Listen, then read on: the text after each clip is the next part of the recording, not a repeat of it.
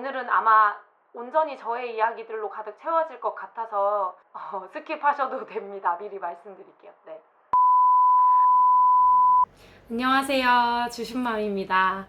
요즘 장마철이라 많이 좀 기분 처지고 그러지 않으신가요? 좀 꿉꿉하고 찝찝하기도 해요. 지금도 여기 식탁이 막 끈적끈적 달라붙는데 아이들이 등원할 때 비가 오니까 오히려 더 잘 나가더라고요. 저는 장마 자체를 조금 즐기고 있고, 오늘은 무슨 이야기를 하려고 영상을 켰냐면, 주변에서 많은 분들이 나의 해방일지에 대한 이야기들을 많이 하셨어요. 제가 우리들의 블루스 드라마도 주변에 다운증후군 키우시는 부모님들이 많이 보시는 걸 봤고, 그래서 제가 따라서 보게 됐는데, 작가님이 만드셨던 드라마들이 다 약간 인생 드라마급이었어가지고 최근에는 나의 아저씨가 저의 인생 드라마였는데, 나의 해방일지를 보면서 갈아치웠습니다.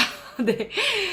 우리들의 블루스는 공감을 많이 받고 많이 했던 그런 드라마였다면, 나의 해방일지는 주신맘이라고 불리기 전에 제 자신 자체에 대한 좀 관련이 많았어서 드라마 보면서 무릎을 탁탁 치는 그런 경험을 좀 많이 했던 것 같아요. 정답은 찾았는데 그 정답을 어떤 풀이식으로 정답을 알아냈는지에 대해서 저한테 일일이 하나씩 설명해 준 것 같았어요.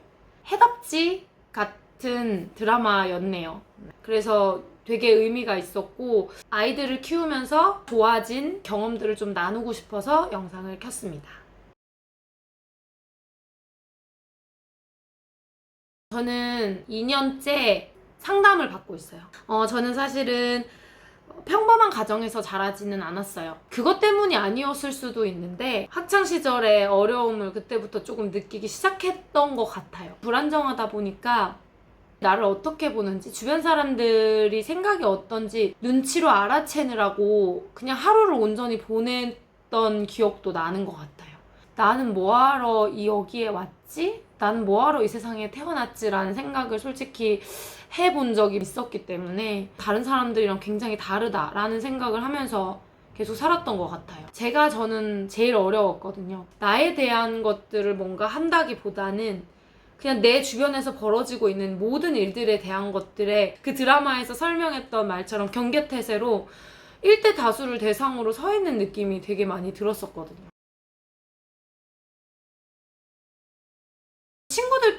다른 친구들끼리 싸워도 그게 다 저 때문이라고 생각했어요. 그 친구들은 저랑 전혀 관련이 없는 싸움이었는데도 제가 가서 혹시 나 때문에 그러냐고, 미안하다고 그렇게 이야기를 했던 기억이 나요. 제가 정말 불안정한 상태로 학창시절을 보냈었다라는 생각이 들더라고요. 나는 왜 이렇게 불행할까?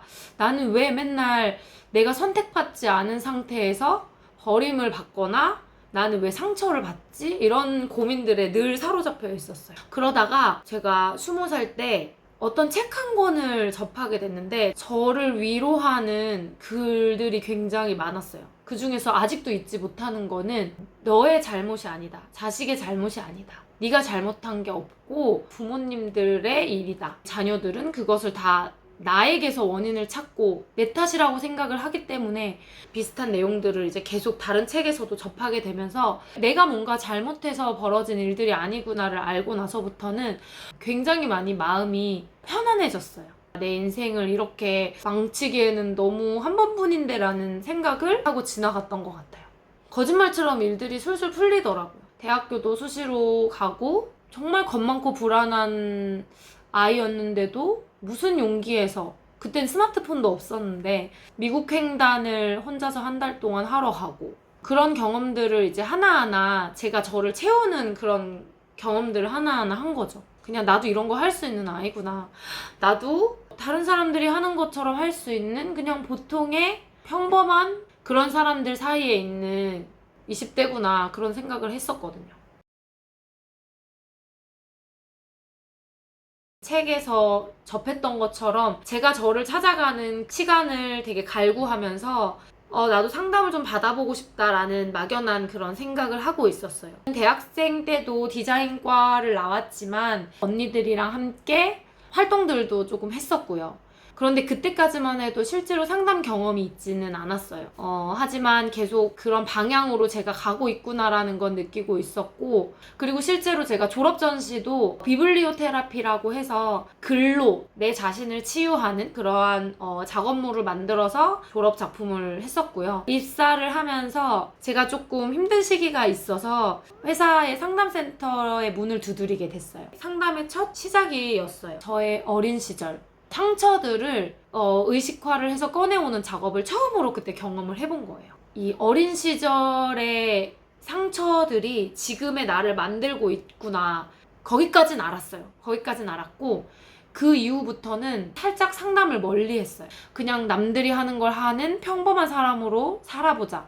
돈을 쓰고 사는 거에 대한 기쁨을 크게 느끼질 못했는데, 제 주변 또래들이 그렇게 하는 것들을 보면서 따라 해보기도 하고, 그리고 배우고 싶었던 것들을 마구 배웠어요. 결혼을 하게 되고, 그리고 출산을 하면서 굉장히 힘든 시간을 많이 보내면서 다시 상담을 받아야겠다, 이런 생각을 이제 그때 다시 하게 된 거죠. 복지관에 있는 집단 상담을 해보게 됐어요. 그 집단 상담은 장애 아이를 키우는 부모님들이 모여서 같이 이렇게 상담을 하는 그런 자리였는데, 거기서 다시 제 어린 시절, 저의 상처들을 다시 온전히 마주하는 시간을 가지게 됐어요.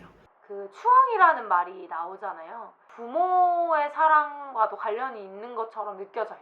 아이가 어떠한 것들을 해도 응원해주고 지지해주고, 실수하고 못해도 괜찮다, 그거 다 할 수 있어, 나중에는, 지금은 다 힘든 게 맞아, 괜찮아 라고 해주잖아요. 그 드라마의 연미정이 구씨한테 하는 그 모습이 계속 엄마로 보여지는 거예요. 저는 제가 엄마다 보니까. 그런데 제가 그 집단 상담을 하면서 엄마가 된 제가 저의 내면 아이를 만나고, 저의 내면 아이를 계속 안아주고 달래주고, 그때 듣고 싶었던 말들을 해주니까, 근데 이건 정말 경험을 안 해보면 너무너무 공감을 하기가 어려워요. 나는 계속 나를 들여다보는 시간을 가져야만 하는 사람이구나를 알고 나서부터는, 그때부터 꾸준히 계속 상담을 받고 있어요. 하나는 당연히 아이들을 잘 키우고 싶은 양육에 관련되어 있는 부분에서 상담을 받는 게 하나 있고, 제가 저를 알아야 내가 왜 아이의 그 모습에서 어떤 지점에서 이렇게 참지 못하고 분출이 되는지 다스릴 수 있게 되더라고요. 정말 신기하죠? 그게 정말 되더라고요. 나를 이해해야 다른 사람도 이해할 수 있을 것 같아서 그런 마음에서도 상담을 계속 받기로 했던 거죠. 저는 이 드라마가 정말 정말 대단하다고 느낀 게, 나를 추앙하라고 하고 나도 당신을 추앙하겠다고 하잖아요. 연미정이 그 구씨한테 추앙을 받지 못하는 시기도 있어요. 근데 그게 중요한 게 아니라, 내가 누군가를 추앙하면서 보여지는 내 모습? 그런 내 모습이 너무 괜찮고 너무 좋아서 사랑스러운, 진짜 그 경험을 제가 똑같이 해본 거예요. 그런 과정들을 제가 거치고 2022년을 살고 있는 중이었는데, 그 다음에 또 집단 상담을 했는데, 장애 아이를 키우는 어머님들이 실제로 그 상담이 끝나고 나서도 저희가 계속 이 만남을 유지해 오고 있어요. 서로 그 같은 공동 분모로 장애 아이를 키운다는 이유로 만났는데, 정작 이야기를 하다 보면 아이들의 얘기도 있지만, 나라는 사람이 왜 이런 감정을 느낄까, 왜 이렇게 힘들까를 들여다보는 시간들이 굉장히 많아서, 이분들을 만나서 그냥 외롭지 않다라고 느껴지는 그런 지점들이 계속 있어요. 실제로 저희 집단 상담에서 자신의 이야기를 하기 어려워했던 어머님들이 너무 잘 정리된 상태로 다른 사람에게 아주 덤덤하게 이야기를 하게 되는 그러한 경험들을 제가 옆에서 지켜보면서, 정말 이거구나, 이걸 정말 제가 많이 느꼈어요. 사실 나의 해방일지도 거기에 있는 언니들이 보라고 이야기를 해주셨었어요. 왜냐면 제가 그때 집단 상담을 받을 때 그런 이야기를 했었거든요. 저는 지금 제가 너무 좋아요. 그게 상담에 의해서 도움을 굉장히 많이 받고, 제가 저를 이해하게 되고, 평범하고 많은 사람들이 있는 공간에 끼워 맞추지 않고 있는 그대로의 제 모습을, 그 모습 그대로를 그냥 드러내도 아무렇지 않은, 주변의 시선이나 생각 따위는 신경 쓰이지 않는 그 지점에 제가 와 있다는 게 놀랍고 감사한 일이다 라고 생각을 하고 있어요.